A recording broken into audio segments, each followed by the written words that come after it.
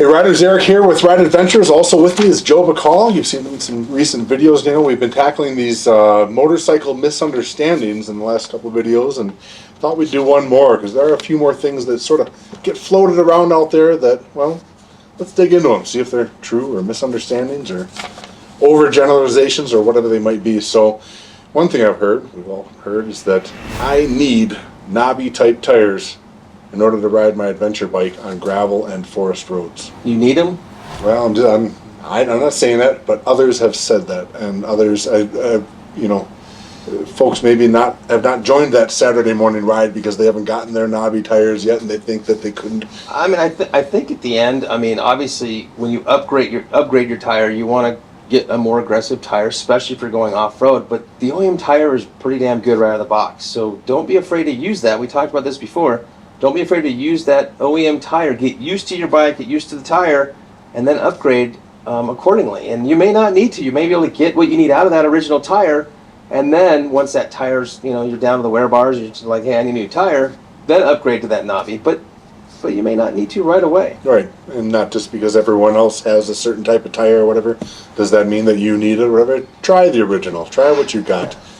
Very rarely is a knobby, I think, absolutely necessary. It can be beneficial in many situations, but not necessary. I mean, keep in mind, you guys, I mean, these OEMs, they test these bikes in every condition, in every situation. They try to get you the best tire for most applications. So it works. They've done it. They've done the homework. It just depends on if you're looking for a little more in certain areas. Okay, Joe, what's one you got? So are aftermarket parts better than OEM? So when it comes to the aftermarket parts, again, these guys do a lot of work, a lot of homework. They spend a lot of money on building these parts for your stock production bike. I mean, they absolutely work in some cases, and a lot of times you'll even see some of these aftermarket parts go right into race bikes on the factory side. So these factories, these manufacturers are going to these aftermarket companies like your FMFs and things like that, going, hey, build me a pipe. We want this specific, these tolerances, this specifications. That's where the aftermarket, industry really is. It's really to help from a performance side, your stock production bike, right? I think that's really why they're here. But are they always that much better? I mean, that is definitely the question. Can you get away with what the manufacturer has built and sold you from a production side? And I would say absolutely you can. Are they always anodized, blue or green or whatever colors?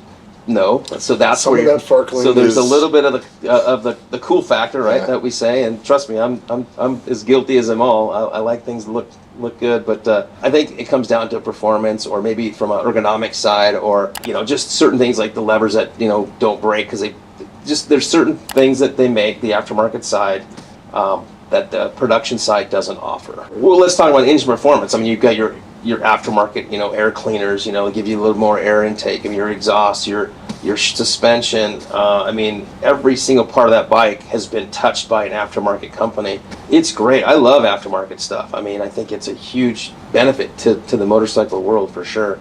It just doesn't mean you always need it though. And it may not always be better. There's products out there that I've purchased or I've gotten, and I'm like, well, this didn't last very long, or it broke, and it was a little more of a selling pitch than it was, something that I really needed.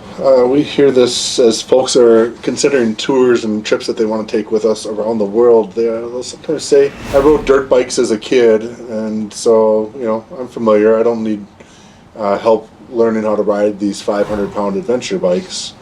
And they just want to sign up and go ahead and do a pretty exotic trip somewhere in the world, in remote territories where there's not a lot of infrastructure. And so because you grew up riding and racing or whatever as a kid on dirt bikes, does that apply through to the big 500 twin cylinder type adventure bikes? No, well, we talked about this. I'm the perfect example, because I thought I was pretty comfortable and could ride pretty well until I jumped on my 1190R adventure in the sand in the middle of nowhere, and I was like, man, I'm working hard, and I felt like a beginner rider. I truly did, and I was kind of frustrated, because I'm like, why can't I ride this motorcycle? It's just, it's bigger, but I didn't do it. I couldn't ride it like I normally ride a 450. I mean, I'd ride a 450 and it's like no big deal. not the case on the big adventure bikes. Yeah, that's generally our answer to those guys. Great, you've ridden, and riding a bike is like riding a bike. It's pretty easy to figure it out all over again, but riding a 230-pound bike versus a 530-pound bike is a... Yeah. Plus, you know what a lot of these guys these guys do is they don't realize there's the ABS systems and the traction controls and the stability. I mean, there's systems, electronic systems on these bikes that they're not comfortable or familiar using because they don't have those on on a motocross bike so much. So now it's new technology that they're being introduced to. Maybe the heads-up displays, they don't know how to get through all that. So there's just because you've been riding motorcycles and even racing, there's a learning curve. Okay, you have any more over there? So this is something actually my buddy who raced pro supercross. I remember clearly that he was getting a lot of arm pump, and he's like, what's going on? And he found that getting a smaller diameter handlebar, even I guess mostly smaller diameter grips, he was able to just grab the handlebar and just get less arm pump from that versus maybe a fatter bar or a fatter grip where their hands are a little bit wide, if your grip's a little bit wider. So the misunderstanding, I've heard this too, some riders think that a larger grip is going to be better for them, it's going to help with fatigue or whatever, and sometimes they find out the opposite is true. I've noticed that actually. I've noticed certain grips, if they're a little fat or something like that, I tend to get a little more, just my hands start to get tight and maybe get the arm pump, but again, preference is everything. Everyone's got different sizes and all that, but just something to consider. It might be worth trying for you if you're having issues with fatigue in your hands or whatever, but you lose a certain sensitivity too. The bigger the grip, to me, kind of plays true in golf and some other things. It's like too big of a grip, you just kind of lose your fine sensitivity, which is what a lot of this comes down to. Because it's not just the handlebar, the grip that you're controlling as well. You're also trying to reach out to those levers and finally control those levers. Yeah, I mean, everybody has different size hands for sure, but it's just something to think about. If you're wondering why you're getting arm pump or you just feel tight a lot and maybe your hands are cramping up a little bit, play around with some of the grips and maybe get a smaller grip, see if it works for you. It's been said that I need to have both my feet touching flat on the ground, otherwise the bike is too big, too tall for me. The operative words, I guess, being, do you really need to have full flat foot? Do you need to? Or, probably best case scenario is to have that. But I've seen riders that do not touch more than maybe the ball of one foot, and they can still ride like the wind. I'll tell you what, the only bike that I can ride with both feet on the ground is this Honda Mini 1250. That's it. Every other bike I've ever owned, I swear, every bike, I'm struggling. And I'm 5'8", 5'9", but I don't always get that flat foot unless I don't want to lower the bike and all that stuff, but man, I struggle in the single track stuff. I struggle sometimes, just because I just don't have the legs. The occasional that you have to rely on dabbing or reaching the ground to correct a little slip or whatever. So in that regard, it can be helpful. Do you have to have both completely flat? Well, it probably depends on the level of rider you are, I think. Yeah. If you're starting out brand new, try and make sure you're on a bike that you can securely plant your feet to the ground. But as you progress as a rider, it gets hard, especially when you got a big adventure bike and you're trying to maybe back it into a parking spot, or you need to move the bike a little bit and you don't have the legs to do it. You look like you're riding your dad's bike because it's like it looks too big for you. But it is what it is. Especially the KTM's and the Huskies, they seem to be a little tall for sure. But you get used to it, and you just kind of adapt. So no. Can you take advantage of? Probably, yeah. Yeah, for sure. Do you have any others there? One thing that I think is it's just important to think about, and it comes to your lens, like on an adventure motorcycle helmet, your visor. Some visors react they react to a polarized sunglass. Mm-hmm. So sometimes they don't always work together.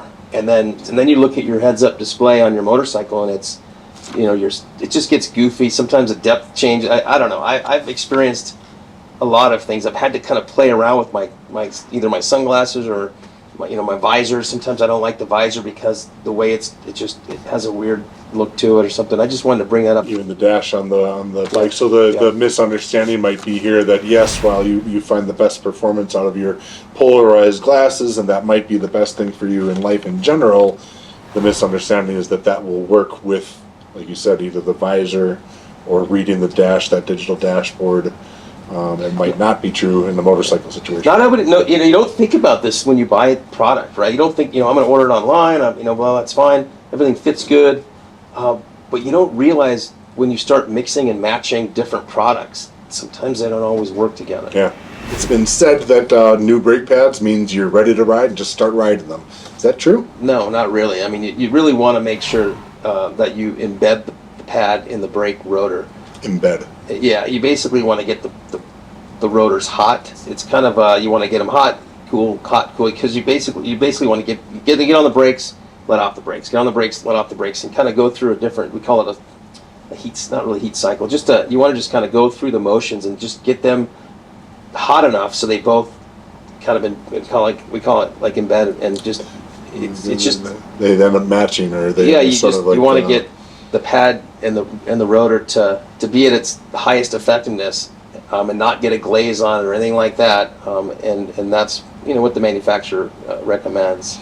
So people tend to just skip through that. And doing that gradually, I think, is probably the idea too. Not to get out of the shop, brand new pads, and go full braking pressure and get them full hot right away, but I would imagine doing that gradually. Another one is that I need an adventure style helmet with a visor, well, because I'm riding an adventure bike. And I think we talked about this a little bit before in other videos, and yes, manufacturers now make adventure model helmets that sort of fit the category and sort of the image that's out there. Do you need that type of helmet because you're riding an adventure bike or because you're riding dirt? You don't need it. I think it's going to help you, especially when you're on the highway at speed. It's 100% going to be noticeable, but it's not. Versus a goggles. Correct. I think you mean, that's what I meant. You don't want open face with goggles if you're going to be doing high speeds. I think. And even just just glasses with no visor. I mean, obviously you start getting on the freeways and things. It's not ideal. It gets noisy. It's you want that protection in case something comes off the road. Any debris. You want that big visor, and you want the nice eyesight. You line of vision. You want that too. So these helmets were designed really for the street, but they look like a dirt bike helmet. You don't see a lot of adventure guys wearing a street bike helmet like for their Ducati. You don't see it. I mean, you could do it, but you just don't see it. So the visor obviously helps with the sun and other things. So they've incorporated these, or they've manufactured these adventure helmets to look like a dirt bike helmet with a street bike visor. They have their advantages. Is it necessary though? I mean, I've seen people literally say that, and they don't want to join the group until they've got a matching helmet. It's like, come on, just ride, have fun, find the advantages, and take advantage of them when it makes sense. I got one. I must stand when I'm riding in the sand. Is that true, or is that a misunderstanding? Well, Always have to. I would say if you're going, I would say usually yes, but if you're coming into a slower section and it's getting technical, then that's when I would say probably not. So there's a point where you need the momentum, and then there's a point when the momentum isn't really, you don't want that. As far as standing versus sitting in the sand, I think specifically, like some riders have said, you have to stand in order to have control of the bike, and I would say, yeah. I would say for sure. It can be a good way to maintain neutrality and balance, and perhaps a better position for higher speeds. The faster you're going in the sand, the more you tend to stay on top of it, sort of. I absolutely ride in the sand, standing up. But to say I must stand in the sand, I'll throw it out there. I'll say there's a couple of sections, one Compadre Trail in Baja, for example. It's just deep enough and shaggy enough, even as the tour guide, I will still kick it down into first or second gear. I don't want to dump in fourth gear. Yeah, there's no must in any type of ride. If someone says you must do something, I don't care what it is. It's never the case. It's all subjective. I mean, it just depends on the situation. That's what I wanted to know. Yeah. Absolutely. I'd never use that word. Okay, one that comes up to actual individual preference. Maybe it's true for you, but a softer seat is always going to be more comfortable. Or the softest seats are always most comfortable. I would throw that right out there and say, not in my experience. We all got different butts. You're all welcome to your own personal preferences, but I would rather be using the sit bones in my pelvis, much like on a road bicycle. You see road bicycles get very comfortable when you're not dependent on your soft tissues for support, but instead you're using your sit bones. So in my experience, the firmer seats are the more Well, think about this, you guys. So anyone who's ridden an old 80 CR250 back in the day, remember how soft those seats were? Remember how they were ton of cushion, and they were fine. But look where we're at now. We got these firm seats, half the size. I think it comes down to feedback and the seat of your butt, that type of thing. What do you feel? And you feel a lot more with a little more firmer seat. And I think the control is probably better. Maybe from an absolute comfort, yeah, maybe the softer seat is the way to go. But over time, I feel like it's not the right choice. I've been told by, let's just say, manufacturers, reps, people from actual motorcycle manufacturers, that they are specifically putting the softest seats on the bike, because in the showroom and during maybe your 15-minute test ride around the shop or whatever they allow you, that soft seat doesn't, you put your finger in, oh, that's super soft. So for front end marketing reasons, it sounds like that might be what some of these manufacturers are putting on for the OEM seat, when, again, personal preference, maybe it works for you, but I don't know many people that wouldn't prefer a nice aftermarket option. Not with my experience. On my Husqvarna, my single track bike that I have, my Enduro, the seat was so hard, it was so uncomfortable. I had to change it. It was the original? The original seat was really, really bad for me. I put a Seat Concepts, got just a little softer, but I think the shape was different. Changed it completely for me. So yeah, the original anybody who has a KTM dirt bike or the Husky, yeah, you guys know it. Those seats are firm. Definitely one of those that's coming down to personal preference. 100%. Depends on the bike, depends on the rider, but don't just think that the softest is the best. Anyway, I hope that's information that helps. If there are other misunderstandings or things that you've heard out there that might be confusing or misleading or whatever, let us know. Put it in the comments below. Ask questions through email or however, let us know, and Joe and I'd be glad to help you. Absolutely. Answer those questions. So thanks for watching, everyone. Right on. We'll see you soon.